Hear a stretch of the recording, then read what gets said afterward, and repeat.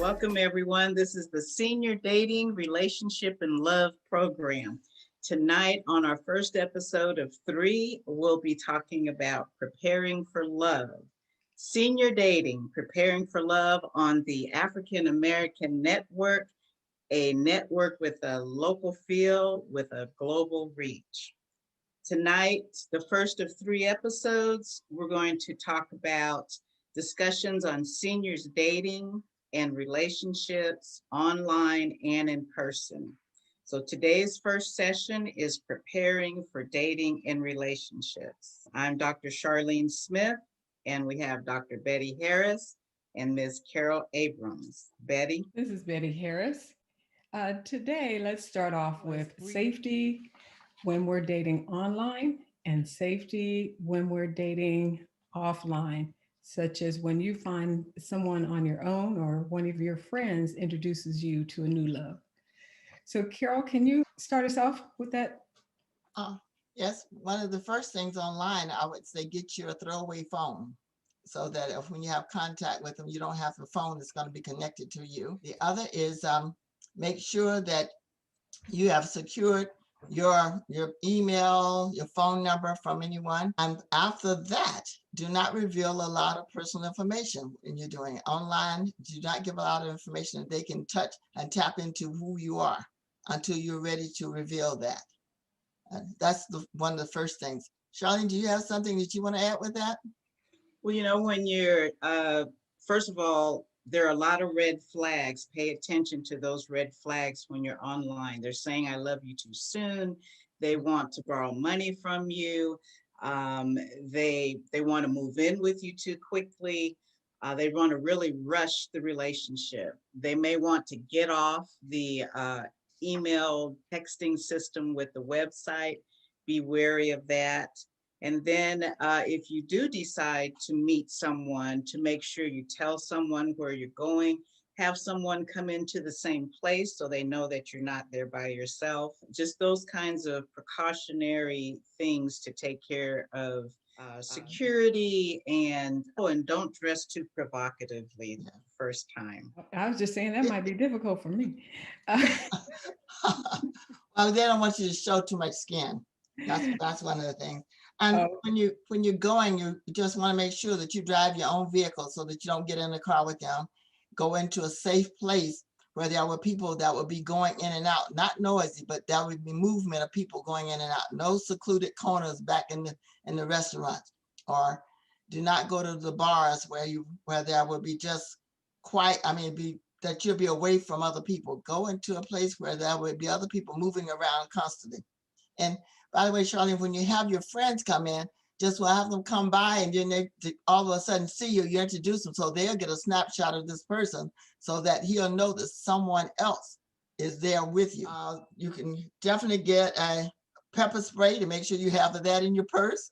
And do not drink alcohol. Limit your amount of alcohol that you're going to drink or consume. Stay sober. So, Carol, when you mention don't be in the back, that always reminds me. When someone says that, it always reminds me of Flip Wilson. And one of his episodes, he said, "In the booth, in the back, in a corner of the dark." Yeah. And that's what you're saying. You don't That's want them in the booth, in the back, in a corner of the dark. right. You mentioned the throwaway phones. Can you tell our audience where you could purchase a throwaway phone, and how would you know it's a throwaway versus a regular phone? I bought mine from Walmart, and it's one of the phones you had to refill every month, and it was a cheap phone, and all you do is when you don't want to use it anymore, you just throw it away because you're not going to recharge it. It's inexpensive. Usually it costs about $35 to $50 under that amount, and you can definitely get them from Walmart. And when we say no personal information, Charlene, what is some of the personal information that we might want to protect? Well, you don't want to take pictures around your home where they might pick up an address, or near your car where they can pick up your license plate. You don't want to share information about your bank accounts or credit cards, those sorts of things. If you have an email specifically for the online dating that protects a lot of stuff. So again, if they start talking about money too soon, that's a red flag. So you just want to be very careful with your personal information, any of it, financial, date of birth, middle name, even, because people can look up things online. So just to be very aware of what information you're discussing. Trust your gut. If it doesn't feel right, Mhm. you know something is wrong. So make sure that you follow those instincts and exit as quietly as you possibly can without any drama. Okay. Yes, yes, that's very, very, very important. So, what do we desire? What from a relationship? How do we know what we desire? That's the thing that in preparing for relationships and even preparing to go online, it's good to know what you desire. If you talk about what you want, that's coming from a place of lack. We Mhm. want to come from a place of abundance and positiveness. So you want to think about what are the things that you desire. And so tonight we'll be talking about several things that can help you um, determine what it is that you desire, but also how to get rid of some of that baggage from past relationships, how to bring closure to some of those things so that you can open your heart for love. You know that I'm wanting to go in that process myself. You have to definitely sit down and take a look at the things that you want from a relationship and what you're willing to give as well. I think it's important to understand where you want that relationship to end up at.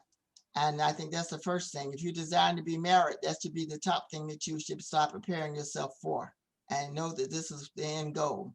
If you're looking for a companion, you should try to just give a good definition of what that means and what type of behavior you're looking for in a companion instead of a husband.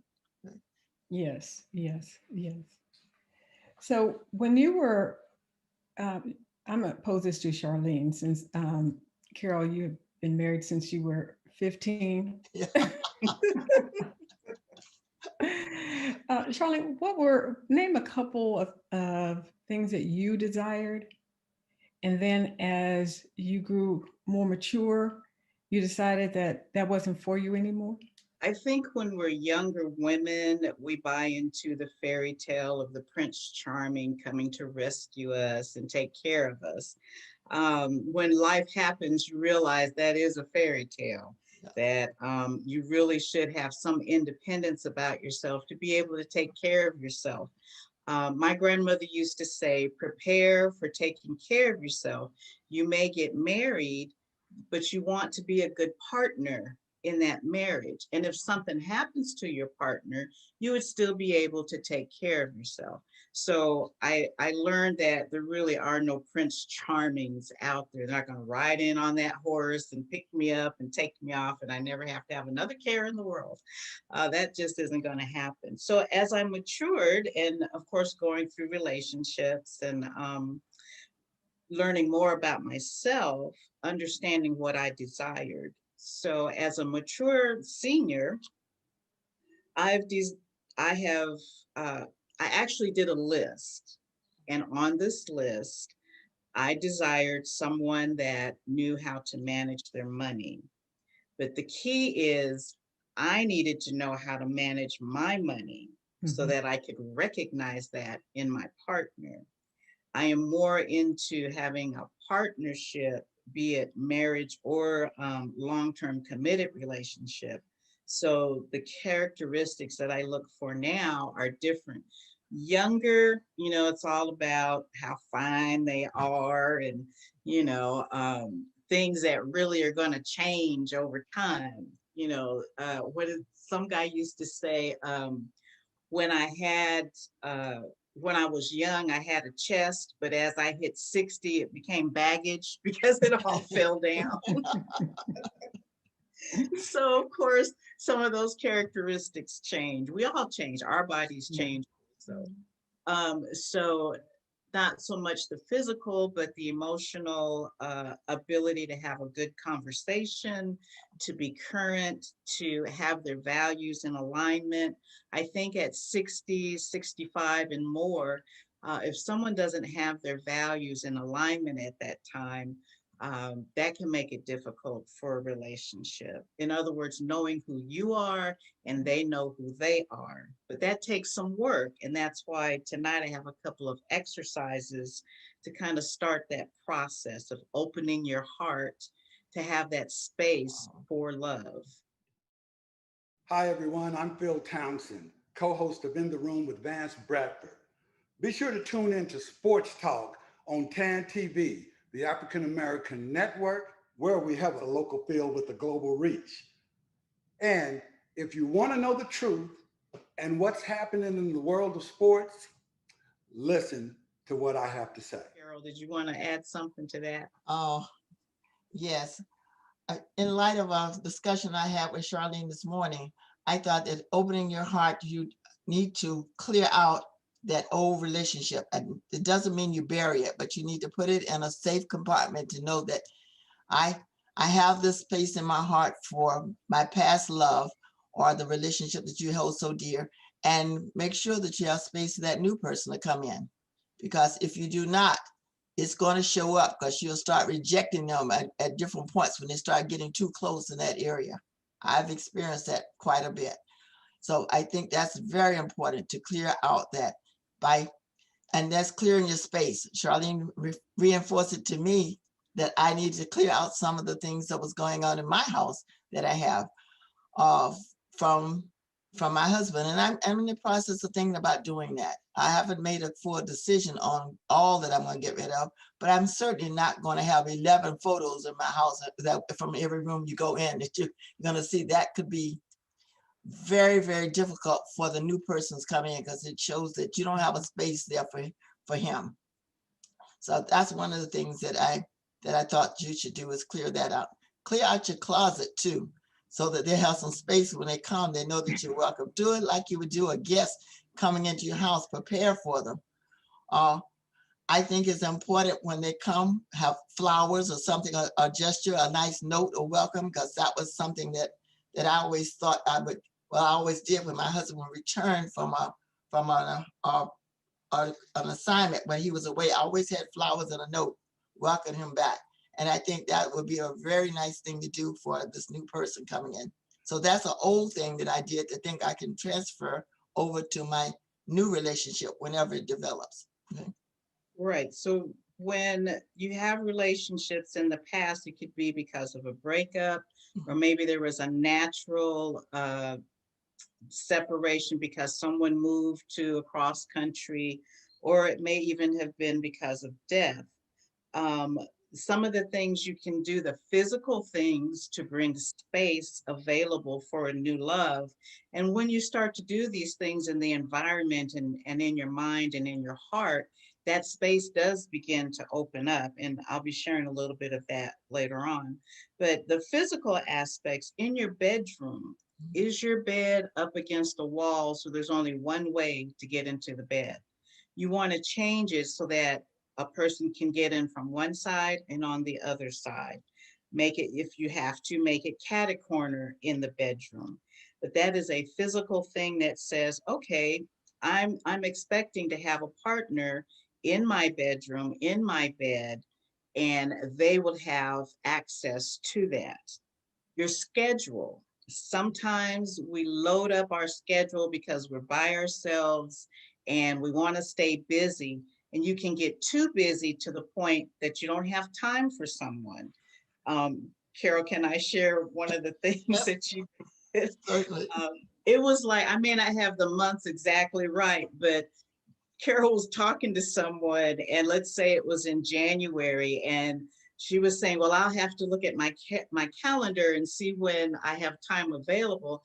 And it was something like June or July, and she could open up her calendar. And I was like, Carol, you're definitely sending that message that you don't have time in your life right now for someone else. So you want to open up your schedule and prepare. Are you overcommitted to the point that you are overscheduled and you can't have time for a new relationship? Carol just said, make your home welcoming with flowers, little notes for the person when they come in. it's important to make the home comfortable and welcoming. And you might say, well, my home is comfortable and welcome. Well, most of us don't put plastic on the sofa anymore. We don't do that anymore.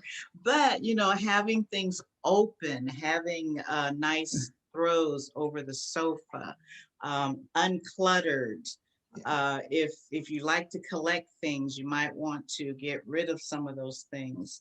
The other things that you can do as far as old relationships is to get rid of mementos of past relationships. They may be good, they may not have been so good, but getting rid of those mementos helps to break that chain and open up space. So welcoming also means pictures of couples or love pictures, having statues of couples, setting the table for two people, although you may not have a partner yet.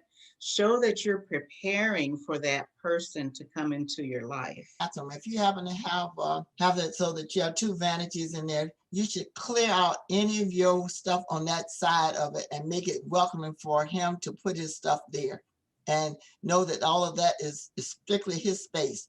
And that's a wonderful thing for him to have. And the other thing, if you happen to know in your conversation that he would like certain body shampoos, it would be nice to have that in the shower. So when he gets there, he'll know that you prepared for him to come. And they really like that. And I think that's a really great thing to do. The other thing too is in your bedroom, when you're preparing for your bed, and this is something I share with Charlene every night. I go in and I set my bedroom up. I put in my candles and make it smell nice. And I spray my bed and to make it smell really great and enticing. And I lower the lights as if I'm going to have a partner coming in, so that I'll be ready for it. And he will know that this is a welcoming place and space for him. So we're talking about preparing for dating and relationships. And my first thought came as I hear both of you ladies speaking. My first thought was, okay, I'm inviting this gentleman over. I'm doing all this work. This man may think he can jump in my bed on the first time he comes into the house. So No, can we clear that up a little bit? yeah, you set the boundaries for that. Of course, some of these things will happen later in the relationship. And that's, we want to go back to some of the things of preparing mentally, physically, and emotionally for a relationship. And one of the things is setting boundaries. That's in the emotional part. If you're not an assertive person, you might want to learn how to be assertive. A lot of I messages. And you may want that person to come over, and maybe it's just for dinner. Then state that. And then when dinner's over and maybe you have a little conversation, then let them know it's been a great evening. Stand up, start walking towards the door. Really enjoyed your company tonight. Open the door, and they may say, well, can I see you again or whatever? And then well, yeah, we'll be in contact. Call me tomorrow or whatever. But you can set those boundaries. Yeah. The doing the bed is preparing for it. That doesn't mean they have to be in your bed. It just means preparing for it. Okay, I'm sure I wasn't the only one that was thinking that. So. And hey, if you choose to let them go into that bed that first night, that's on you. Have yourself a good time and don't feel guilty at all. So that's the emotional part. Prepare yourself. Maybe you don't want a long-term commitment. That's back to what is it you desire. If you don't want a long-term commitment, you're just looking for companionship. And maybe the young folks say friends with benefits. Maybe that's all that you want, and that is okay. We as women have been brought up to think that if we have sex with more than one partner, then we're not nice ladylike behavior. But you control the things that you desire. And if you desire a friend with benefits, that is okay. There is nothing wrong with it. It's your body. Have safe sex, use protection, but it's your body. And men have had this freedom for many, many years. But as a woman, if you are in particular a widower and you're not quite ready for that committed relationship, but you have those feelings, then go for it, girlfriend. Get you a friend with benefits and have a good time.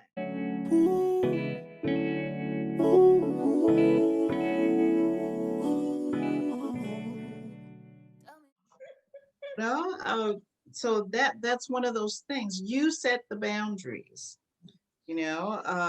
Some that have been in long-term relationships at this age and now they find themselves out there dating.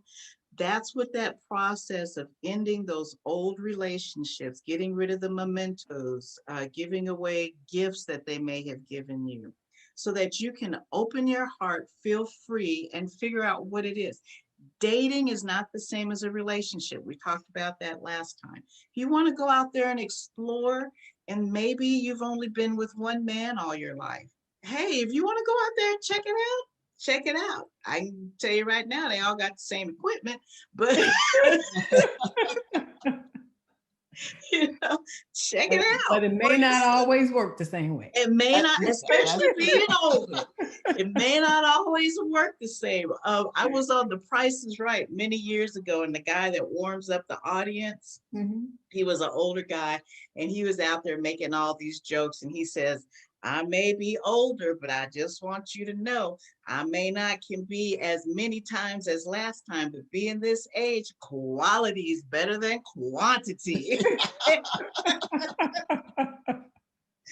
So as you adjust to being older, dating and relationships, yeah, some things change. So, and there's a movie out there with Diane Keaton and John Nicholas, and before they do it, she's checking his blood pressure. Did he take his blood pressure medicine? And then she's checking his blood pressure. So you have to check those things out. And I had a friend that was older than me at one point, and he said, you got a choice. He said, I'm an old man. He says, so we got a choice. You can go out to dinner or we can go have sex, but you can't have both. So it was like, okay, but And what did you do? Huh? You can't stop there. What did you do? I had sex. I can always eat.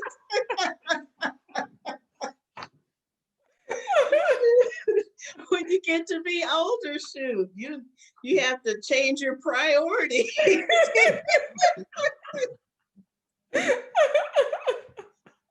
And Betty, let me just add to this for the ladies. If you find that you are in a sexual mode and you're starting to date and you have someone over, the thing that you can do when you get ready to get them out of the house, if you're starting feeling this strong desire and you not ready to get into that relationship, get them gone.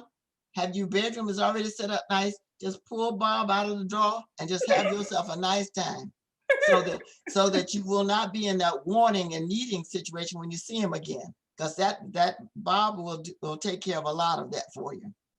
Well, that Cheryl, I wish I knew you during that time, my time frame when I needed a Bob. Oh, God. Well, I can tell you, Bob is wonderful.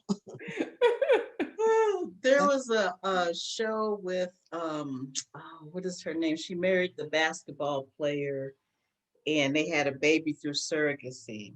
Oh Lord, I can't think of her name. I know who you're talking about, or the Heat, the guy from the Heat. Yeah, I can't think of his name right now. Anyway, she was in this show, and on the TV show, something about Mary Jane. And before she went out with this one guy, she used her Bob before so she wouldn't be all horny and stuff on a date. So not only if they come in and you get rid of them, just do it before, so then you're already satisfied and you're not coming from a place of want. So that's very good, Charlene. That is. I like that. Yeah. Betty, may I back up a minute about preparing? When we start talking about preparing your space, I think that we should also prepare our bodies for a relationship. Starting from your hair, get your hair done, start going out, treating yourself nice, so that your self-concept and your feeling about you will be great. Hairs, eyebrows, facial, massage, and making sure you take off, if you shave, and so that you will be that full lady that's feeling absolutely ready, that movie star feeling that you've been pampered, and know that you're ready for them. I mean, Get your toenails done, get your nails done, make sure that your feet are not crusty and hard. You want to do all those things. You don't want to be in the bed and your feet start scratching the sheets. That's embarrassing. So you want to make sure you're prepared for that, and that you'll be soft and feminine whenever that happens. And you start that before you start your dating. At least that's what I do. Start this before I start dating to take care of myself. It's very important. Men or other partners that are going to be with you, those things are important, Mhm, that you take care of yourself. It's a thing of attraction mhm, with other partners. So preparing yourself physically, not necessarily even going on a diet to lose weight, but dressing your best. mhm, Like you said, put some cologne on. My aunt taught me at a very young age. I asked her, why do you always wear those pretty lingerie, baby doll nightgowns? And she said, well, I don't do it for your uncle. She goes, I do it because I love the way that it feels, the way that it makes me feel. And so I buy these for me. Yes. And I thought that's fantastic. So whether you get a partner or not, do these things to make Mhm, yourself feel good, to make yourself feel more confident, just in general in life. mhm, So it's not always about pleasing a partner, be it male or female, but pleasing yourself, which right. is very important. Getting into that preparation of taking care of you. But also important is that whatever you were doing to get the man, if you want to keep him, that's what attracted you to him. So you need to keep doing those things. Yes, that's why it's important to put down what is it that you want. Because when I was younger, I still loved to cook, but I felt obligated to cook when I was younger. So now it's about them taking me out to dinner, because when I cook, I want it to be because that's something I want to do. I don't want to feel obligated. So I'm not going to cook in the beginning, Mhm, because whenever I cook later on down the line, it will be a gift of love because I'm not going to keep it up all the time. So you're right, setting that in the beginning. mhm, um you know, I love cooking, but I'm just not going to be obligated. And the same thing about keeping your hair up, your nails and all of that.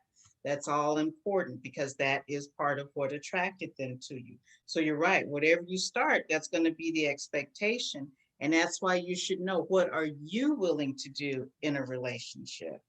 Now, my beautiful friend there, she loves wearing her makeup and preparing and all of that. Let me tell you, on Saturday, I got t-shirt, blue jeans, and the hair may or may not be looking fly. But once I get into the relationship and we're going to be ourselves, this is me. So some people may not be comfortable with that, but that's me. I accept me as I am, because again, I know there might be times I might not get to that hair appointment every Wednesday or whatever. And so if I don't, and you come in and my hair is like all over my head, well, that's her. She just woke up. So Carol, what are your thoughts on that? Well, Charlene, she's talking about me, about the makeup. I My thoughts is, I have this thing that for me is, I get up in the morning, I put my makeup on. Uh, when I was married, I did it every day. I would get up and you just didn't come and catch me with my hair all over my head, even if I had to pull it back in a ponytail at the time. That was not something my husband saw. Um, and I still do that for me, because it's all for me. Just like Charlene's aunt, she was wearing her baby doll pajamas because she enjoyed it. I enjoy getting up, and I love the way I look in it. So that was important for me. So I get up. I don't feel that they can't see me without makeup. This is just the way I like to look. And of course he saw me without makeup, and any partner I get will see me without one. I'm not going to bed with it on. Uh, but I will make sure that I keep my hair done, and I will keep those things up, not just for him, because I love it. And he just may reap the benefits if he likes seeing me that way. But I do that because I like me. I'm inclined to agree with you, but with COVID and teleworking from home, I've kind of relaxed that a little bit, but I'm getting back in and getting back into it because you never know when we have to go back to the work site. So let's transition over to your exercises, Charlene. I'm anxious to hear about those. Okay, so one of the exercises that I have about bringing closure with your past relationships. So we talked about the physical, preparing your home, welcoming. We talked about the emotional and personal, physical, keeping yourself up, doing those things that make you feel good and make you feel attractive to the to your partner, potential partner, but also emotionally. And so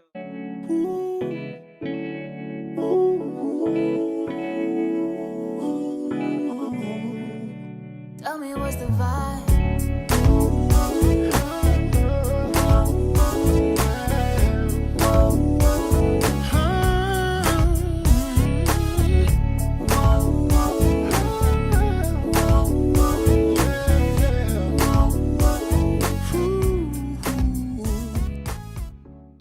My name is Jeremiah Watts, better known as Drone, on the $2 Sports Talk Show, where we just talk sports and we just shoot the breeze like you in the barbershop, just talking sports, and we tell it like it is, and that's all we do. And my segment here on 10 TV In the Room Sports is just a doggone minute. And I say, basically saying, hold up, this is out of bounds. We got to do something different. And I talk about it on 10 TV, the African American Network, a local feel with a global reach.